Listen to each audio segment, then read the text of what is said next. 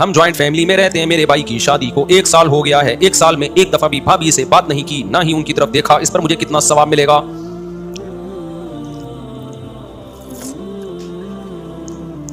بھابھی پر پردہ فرض ہے آپ سے کرنا, بالکل شریعت میں حکم ہے, چاہے جوائنٹ فیملی میں ہوں یا الگ الگ رہتے ہوں. غیر مسلموں کے یہاں یہ بھابھی کا پردہ ہی ختم ہو گیا ہے بالکل. اب وہ چند ان کی سوسائٹی میں چند کیسز تو دکھا رہے ہوتے ہیں کہ دیکھو ہمارے یہاں بھابھی سے پردہ نہیں ہے, بہنوں کی طرح رہتی ہیں, لیکن وہ واقعات نہیں بتاتے جن میں بھابھیوں کے ساتھ کیا کچھ ہو جاتا ہے. اسلام تو اصول بتاتا ہے نا, وہ یہ دیکھتا ہی نہیں کہ رزلٹ کیا ہے. قانون جب بنتا ہے نا, قانون دیکھو یورپ میں جب ریڈ بتی ہوتی ہے نا تو لوگ رک جاتے ہیں چاہے ٹریفک بالکل بھی نہ ہو. وہاں کو یہ لاجک پیش نہیں کرتا کہ اگر میں بھی سگنل توڑوں گا تو ایکسیڈنٹ کا بالکل بھی خطرہ نہیں ہے. یہ قانون تو اس لیے بنایا گیا تھا کہ ایکسیڈنٹ کا خطرہ ہوتا ہے, ابھی تو بالکل بھی خطرہ نہیں ہے. تو جب دنیا کا قانون ہے نا اس میں لوگوں کو لا سمجھ میں آ جاتا ہے کہ لا ہے تو لا ہے, چاہے اس کو توڑنے میں نقصان نہ بھی ہو. اسلام کا قانون ہے کہ بھابھی دیور سے پردہ کرے گی, چاہے پردہ نہ کرنے میں نقصان ہو یا نہ ہو. بہت سے جگہ ہیں جہاں بھابھی پردہ نہیں کرتی لیکن کوئی نقصان نہیں ہوتا, لیکن لا کیا ہے, پردہ کرنا پڑے گا, کیونکہ جہاں ہوتا ہے وہ بے پردگی کی وجہ سے ہوتا ہے. ابھی میں نے آپ کو ایک واقعہ سنایا, اس اتوار کے بیان میں دوبارہ بتا دیتا ہوں. ہمارا یہ گارڈ ہے نا شمس, یہ نہیں دوسرا والا, اس کے گاؤں کا بھی چند مہینے پرانا واقعہ ہے.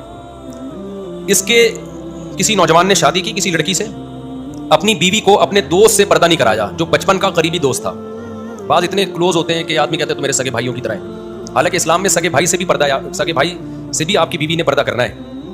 دیکھو اپنی تعریفوں کے لیے نہیں بتا رہا میں, صرف یہ موٹیویشن کے لیے کہ یہ عملاً ممکن ہے. یہ بتانے میرے بڑے بھائی ہیں, ایک چھوٹے بھائی, 2 بڑے بھائی, اور ہم لوگوں میں بہت محبت ہے الحمدللہ. ہم جب بھائی آپس میں ملتے ہیں بڑی گپ شپ ہوتی ہے, خاص طور پہ بڑے بھائی سے تو بہت ہی بے تکلفی ہے, بالکل ایسے گپ شپ ہوتی ہے ہماری, بہت کلوز ہیں اللہ کا شکر ہے, ہم تمیز سے الحمدللہ اب تک کی رپورٹ کے مطابق. اور میری 2 بھابیاں ہماری کزن ہیں, ایک چچا زاد ایک پھوپھی صاحب, دونوں نہ میرے سامنے آئی ہیں کبھی, مجھے یاد نہیں پڑتا, حالانکہ ان کی شادیاں ہوئی تھی 98 97 میں, اور ہم جوائنٹ فیملی میں رہتے تھے. نہ میری بیویاں جتنی بھی ہیں ٹوٹل, نہ میرے بھائیوں کے سامنے کبھی آئیں.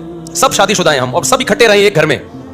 پہلے تو جوائنٹ فیملی میں ہم رہتے تھے نا, وہ تو اب ہمارے بچے ہوتے گئے تو ہم اب کہاں ایک ہی جگہ تھوڑی رہیں گے اتنے, بعد میں الگ ہوئے. سن 2006 تک ہم جوائنٹ فیملی میں اکٹھے ہی رہے ہیں.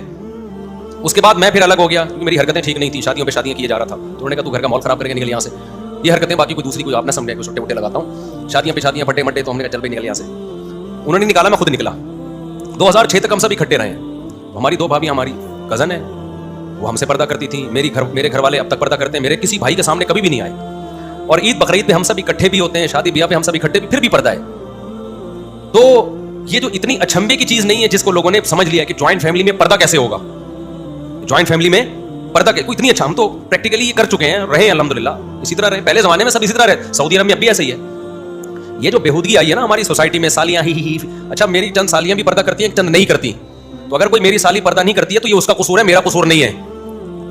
سمجھتے ہو, ہم ریزرو رہنے کی کوشش کرتے ہیں. میں کوشش کرتا ہوں کسی سے فری نہ ہوں, حالانکہ وہ بھائی بھائی کہہ رہی ہوتی ہیں اور سمجھتی بھی بھائیوں کی طرح ہی ہیں, لیکن پھر بھی ہم ریزرو رہتے ہیں کیونکہ اسلام کا حکم ہے بھائی آپ سالی سے فری. بولتا کیوں نہیں ہو سکتے. میں نے دیکھا بعض علاقوں میں مولاناؤں کو دیکھا ہے سالیوں کے ساتھ سفر کر رہے ہیں, لاہور سے گجرانوالہ جا رہے ہیں سالی کے ساتھ, جی ہماری سالی ہے, ابے تیری سالی ہے, تیری بیوی تو نہیں ہے نا بھائی ہے. تو جب مذہبی رہنما یہ کام کریں گے تو عوام کو کون سمجھائے گا, سمجھتا ہے کہ نہیں سمجھتا ہے. تو بھابھی ہے, سالی ہے, اسی طرح سالی کو لازم ہے بہنوئی سے پردہ کرے, بھابھی کو لازم ہے دیور سے پردہ کرے. یہ بڑا خوبصورت ماحول اسلام نے ہمیں بنا کے دیا. تو ہمیں تو بڑا اب تک وہ یاد آتا ہے, اتنا اچھا ماحول تھا, اب بھی ہے الحمدللہ پردے کے حساب سے. تو اس میں عافیت ہے, ذہنی سکون ہے. میں وہ شمس کا واقعہ بتا رہا تھا, ہمارا گارڈ, اس کا کہتے ہیں ہمارے گاؤں میں شادی کی, یہ بھی 1 سال بھی نہیں ہوا اس واقعے کو, گاؤں میں شادی کی, بچپن کا دوست تھا تو بیوی کو اس سے پردہ نہیں کرایا کہ میں نے تو بچپن کا کیا ہے یہ دوست. اب بیوی خوبصورت تھی, دوست لٹو ہو گیا اس کے اوپر. یہ جو عشق مشق ہے نا یہ اپنے اختیار میں نہیں ہے, جب ہوتا ہے تو بتا کے نہیں ہوتا, یہ کہ آپ سے پہلے اجازت لے گا کہ یہاں لٹو ہونا مناسب رہے گا, آپ کہیں نہیں یہ میرے دوست کی بیوی ہے, اس کے علاوہ کہیں اور ٹرائی مار. خواہشات کسی لاجک کے تابع نہیں ہوتی, لٹو ہو گیا. اب وہ جب بھی اس سے بات کرے مسکرا کے, اور وہ تو پاگل سے پاگل ہوتا چلا جاتا ہے آدمی. تو پھر نتیجہ کیا نکلا ہے, شیطان نے اس کو ورگلانا شروع کر دیا کہ یار کسی طرح اس سے شادی کرو. اب ظاہر ہے پیغام نہیں بھیج سکتے, پھر ہر لڑکی خراب نہیں ہوتی کہ موبائل پہ آپ سے دوستی لگا لے, وہ بہت سی تو لگا لیتی ہیں. جب دوستیاں لگاتی ہیں, ایسے واقعات ہمارے علم میں آئے ہیں کہ ایک آدمی کو کسی لڑکی سے عشق ہوا, شادی کہیں اور ہوئی ہے, تو موبائل پہ رابطہ تھا, تو اب زنا ہو رہا ہے دونوں میں, شوہر کو پتہ ہی نہیں ہے. بہت گند ہے بھائی, میں نہیں زیادہ گندگی کو ہائی لائٹ نہیں کرنا چاہیے, اس سے گند اور پھیلتا ہے. یہ تو ٹاپک چل نکلا تو میں آپ کو بتا رہا ہوں, پردے میں عافیت ہے. گوروں کی طرح مت بنو براڈ مائنڈڈ.